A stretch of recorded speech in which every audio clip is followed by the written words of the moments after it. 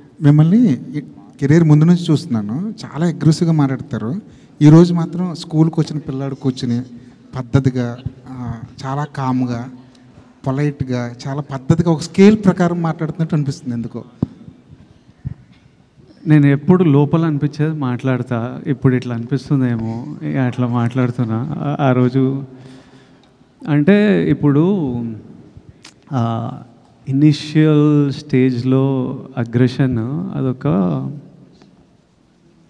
అప్పుడు కూడా నేను ఎప్పుడు నిజంగా మనసులో అనిపించిందే మాట్లాడతా. నేను దేని గురించి ఎవరి కోసమో నేను మారను. నాకు ఈరోజు ఇట్లా అనిపిస్తే ఈరోజు ఇట్లా ఉంటా. కాకపోతే ఆ ఇనిషియల్ స్టేజ్లో వచ్చే అగ్రెషన్ ఏముంటుందంటే it's like a defence mechanism. It's a defence mechanism. ఎవరు మనని ఒక ఫియర్, ఇన్సెక్యూరిటీ, డిఫెన్స్ నన్ను నేను ప్రొటెక్ట్ చేసుకోవాలి.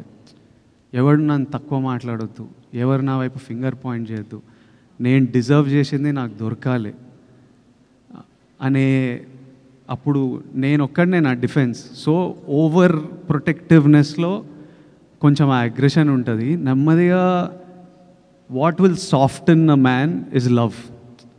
ప్రజల గురించి లవ్ వచ్చిన ఎంత సినిమాలో కూడా చూస్తుంటాం కదా, స్టార్టింగ్ అగ్రెసివ్ హీరో ఉంటాడు, అమ్మాయి లైఫ్లోకి వచ్చిన మదర్ వాళ్ళను ఎవరో సాఫ్ట్ అయిపోతుంటారు. ప్రజల లవ్ వల్ల ఇట్లా మీరు కూడా నా వైపు ఇక ప్రేమతో ఉన్నారు, ఇక మొత్తం సాఫ్ట్ అయిపోయినా. అట్లా ఆ ఇన్సెక్యూరిటీని దాటుకుని వచ్చేసారండి మీరు?